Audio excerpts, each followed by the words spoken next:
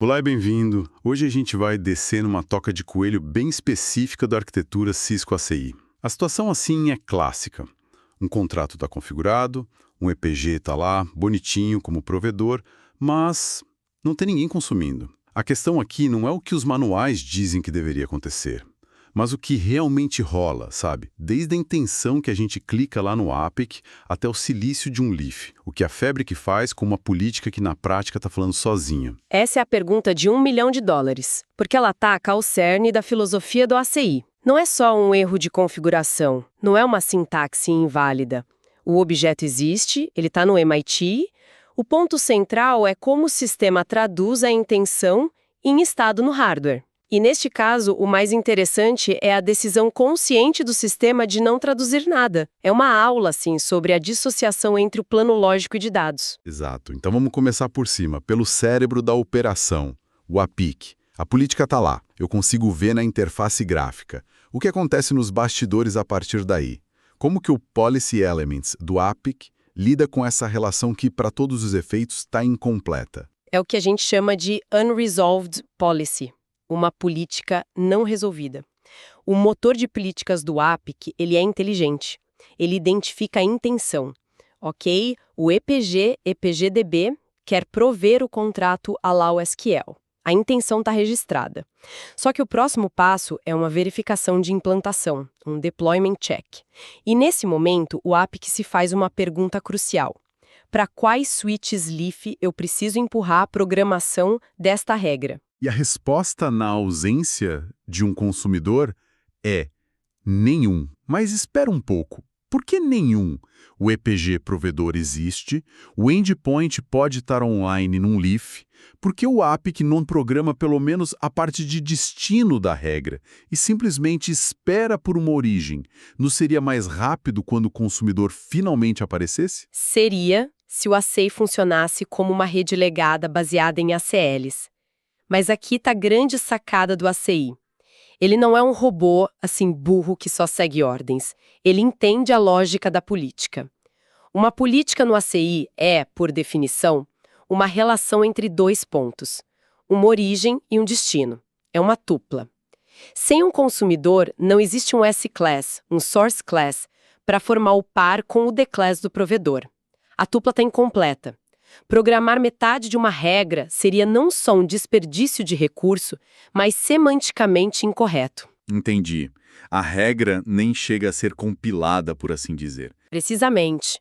O APIC toma a decisão ativa de não gerar a configuração XML ou JSON para os leafs. A política vive e morre dentro do banco de dados do DMU, Data Management Engine, lá no cluster do APIC. Ela é um objeto lógico, uma promessa, mas que nunca se materializa no plano de dados.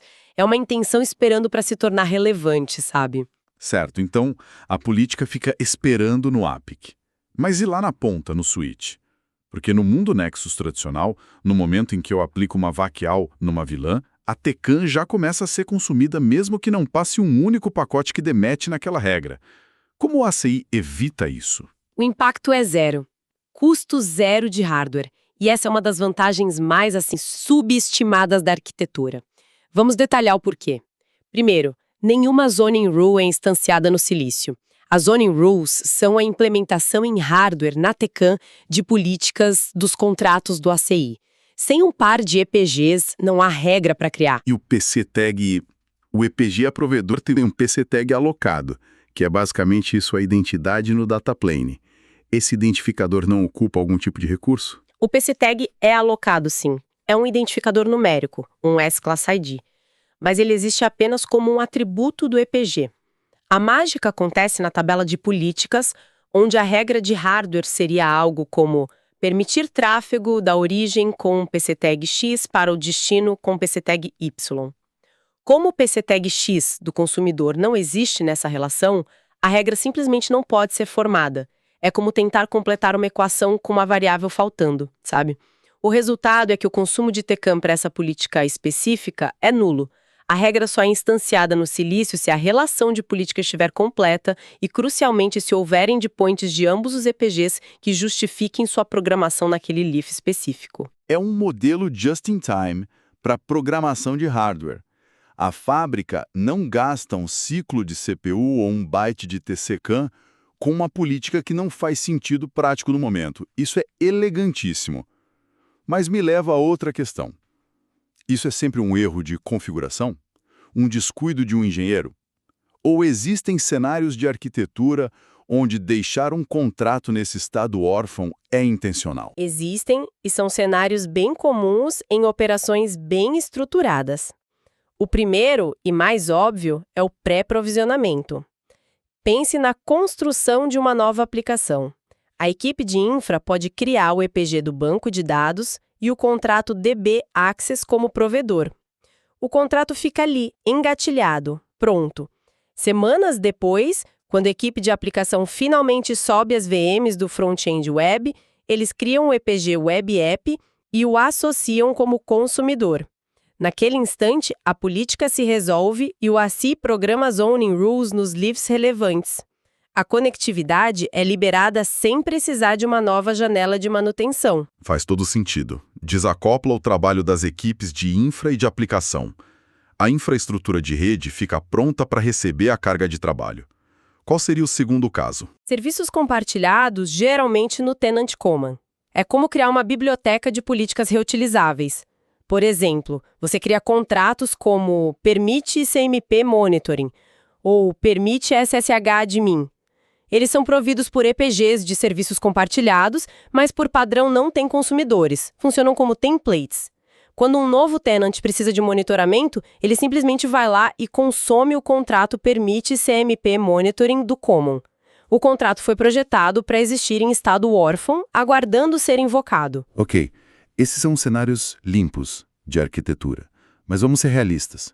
Num ambiente grande e antigo, aposto que 90% desses contratos órfãos são apenas configurações esquecidas, né? Qual é o perigo real disso? Além de, sei lá, poluir a interface gráfica. O perigo não é técnico, é humano e operacional. O termo para isso é dívida de configuração.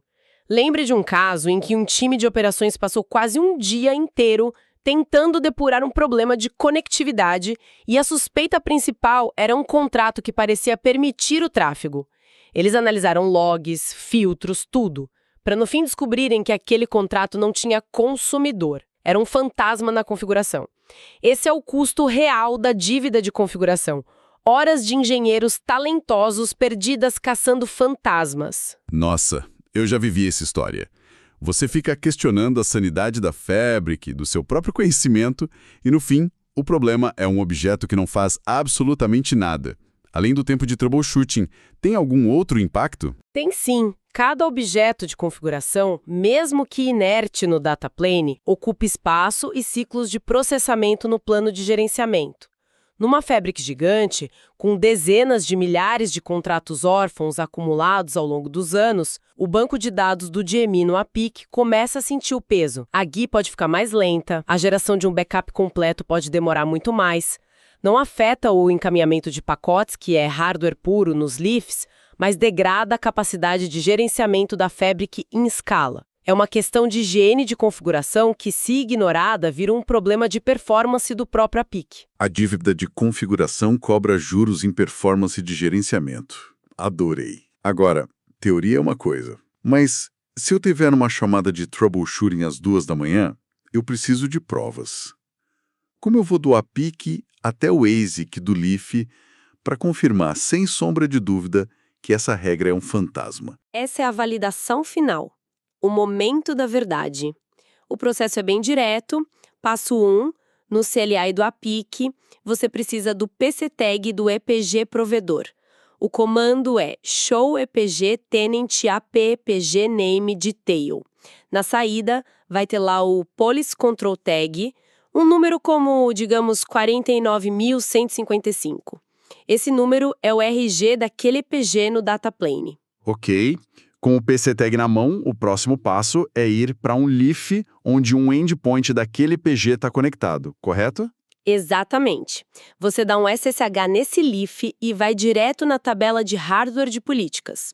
O comando é show zoning rule scope vrfied dst pg pctag. O vrfeed é o VND do VRFF e o pctag é aquele número que você pegou no APIC. E a saída para esse comando é o que define tudo. O que eu espero ver? Se o contrato for um órfão, a saída desse comando vai ser vazia. Nada, silêncio. Você pode até ver a regra de default deny implícita do VRF, mas nenhuma regra de permit específica para aquele destino. Essa ausência é a prova conclusiva. Por outro lado, se houvesse um consumidor, a saída listaria a zoning rule completa. SRC-PG com o PCTag do consumidor, DST-PG com o PCTag do provedor, o scope, o filter ID, tudo, a ação permit e os contadores de hit. A diferença é da água para o vinho, sabe? A ausência de uma entrada é a sua arma fumegante, ou melhor, a prova de que a arma estava descarregada. Perfeito.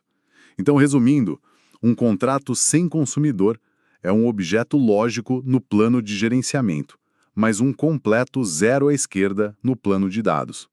O ACI é inteligente o suficiente para não desperdiçar recurso de hardware com uma política incompleta. Não é um bug, é uma feature. A política está armada e pronta no APIC, mas a trava de segurança está ativada no hardware até que um alvo, o consumidor, seja identificado. É exatamente isso. E esse comportamento exemplifica o poder de um sistema baseado em intenção. O ACI compreende a semântica da política. Ele sabe que a relação está incompleta. Ao invés de programar cegamente uma regra parcial, ele se abstém. Ele evita o desperdício de recursos preciosos da TCAM e previne erros de configuração. A intenção não foi totalmente declarada, portanto, o estado do hardware não é alterado. É a disciplina da máquina. Sabe, essa nossa conversa toda me deixa pensando sobre o ciclo de vida dessas políticas. A gente falou sobre o risco da dívida de configuração, esse ruído que complica a vida. Se por um lado a flexibilidade do pré-provisionamento é fantástica, o acúmulo de contratos órfãos é um passivo. A questão que fica é, em que ponto a flexibilidade se transforma num passivo de gerenciamento e, mais importante, que tipo de automação ou processo de auditoria a gente poderia criar para gerenciar proativamente esses contratos órfãos em larga escala, antes que eles virem um pesadelo de troubleshooting na madrugada de alguém.